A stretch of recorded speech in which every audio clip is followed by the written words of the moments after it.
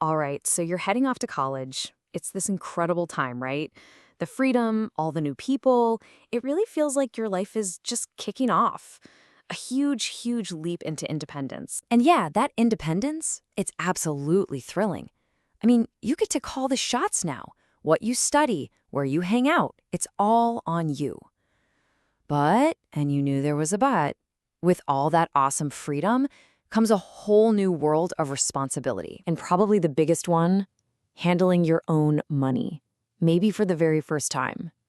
Now look, don't let that word budget freak you out. Seriously, a budget isn't about restriction.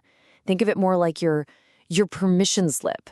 It's the thing that lets you actually enjoy all that college freedom without the constant stress of checking a bank account that's about to hit zero. Okay, so let's get into it.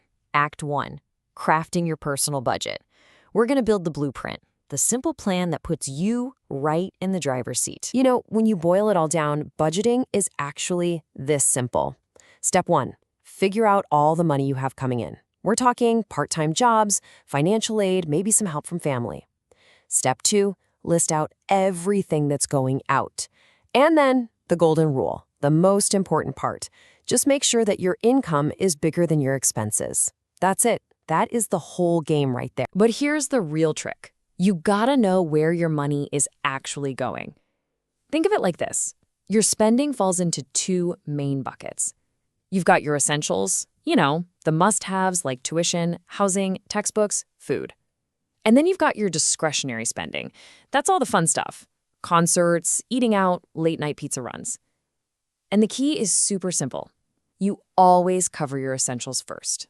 No exception. Look, life happens, right? It's totally unpredictable. A flat tire, a random doctor's visit, stuff like that can completely wreck your plan. That's exactly why your budget needs a little cushion, a buffer. Building a small emergency fund isn't about being pessimistic, not at all. It's just smart. It's planning for, well, reality. All right, moving on to Act 2, mastering your daily spending. So you've got this awesome plan. Now, how do you actually stick to it, day in and day out? The secret? It's actually really, really simple. You have to track it. You have to know where every single penny is going. That morning coffee, that afternoon snack, every little purchase.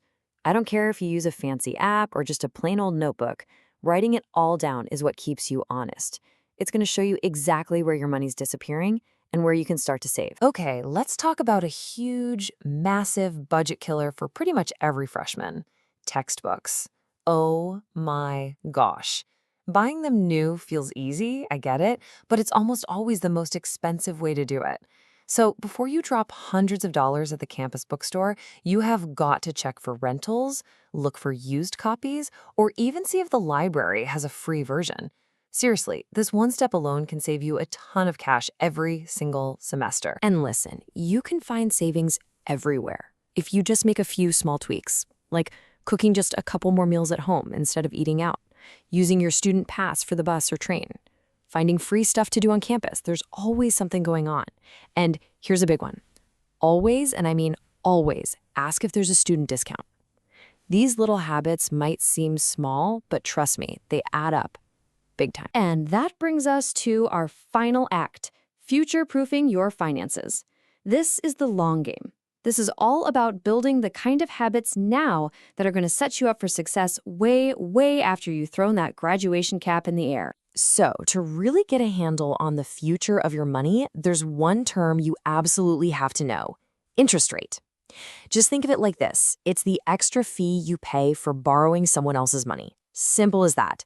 It's the cost of a loan, and it's what makes things like credit cards so tricky. Which, leads to a really important question. How does one little $20 purchase on a credit card suddenly morph into this huge, scary debt? Here's how it happens. It's actually pretty simple. If you don't pay off your entire balance every single month, that interest, it gets tacked right onto what you owe. So the next month, you're not just paying interest on what you bought, you're paying interest on your interest. It's this compounding effect, like a snowball rolling downhill, that can get out of control really, really fast. But okay, here is the good news. Just like debt can snowball downhill, your savings can snowball uphill. The power of being consistent is just incredible. Saving just a little bit each month, yeah, it might not feel like a lot at first, but you stick with it, and over time, it grows and grows into something really substantial. Now, what if you've cut all the expenses you can and things are still a little tight? Well, the only other lever to pull is increasing your income, getting more money coming in.